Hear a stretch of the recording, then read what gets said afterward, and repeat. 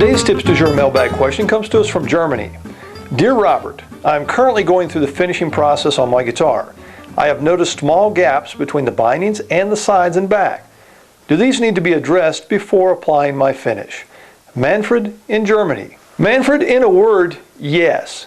These need to be addressed. Anything you don't want showing up under the finish needs to be fixed before you apply the finish, because the finish will only magnify any imperfection that was not caught during the prepping stage. Now, it's not uncommon to have some small hairline gaps where the bindings meet the sides or where the bindings meet the back. Now, ideally you don't want these, but hey, it happens. Now, you can use a pore fill to fill these gaps. They'll be level under the finish will be nice and level. However, depending on the pore fill that you're using, they will show up under that finish. For example, if a clear pore fill is used to fill the gap, then you will see the gap under the finish, although the finish will be level. Let me show you a method that I use that will make the gap invisible under the finish. I like to look around the edges where the binding meets the back and the sides. And if there's any little gap, like right here I'm seeing just a little hairline gap right there, the finish will suck down in there and you won't get a level finish. The surface being extremely level and smooth is very important to a gloss finish, like I'm going to be doing with the shellac. So what I like to do is fill those. Now you could let the pore fill do that, but I like to go ahead and do a preliminary filling.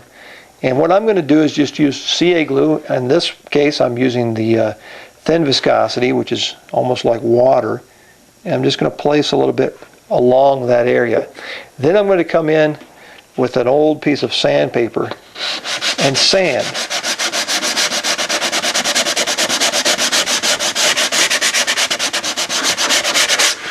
And what that's going to do is the sawdust that's created grabs hold or mixes with the CA glue, gets down into the hole and fills the little gap.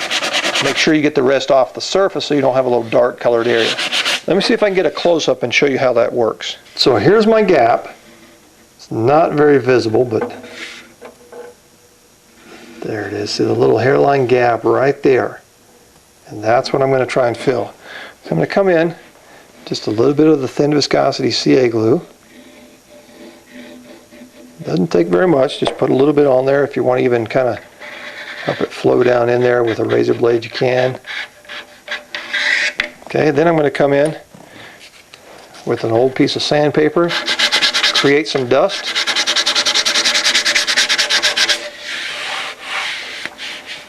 And there is now no longer any hairline gap between the binding and the sides. So I'm going to do that all the way around the back, all the way around the sides. Now around the top doesn't work very well. Cedar and spruce, that trick does not work well on because the CA glue gets in there and stains the cedar or the spruce. So when you put your bindings in around the top and the back, you want no gaps. You want that to fit in there nice and tight. So I'm going to take a quick look around the guitar on the back and the sides, see if I can find any little areas like that need to be fixed. So Manfred in Germany, I hope this information has been helpful, and make sure that you address any gaps before the finish goes on. And I think this method will work well for you. Happy finishing.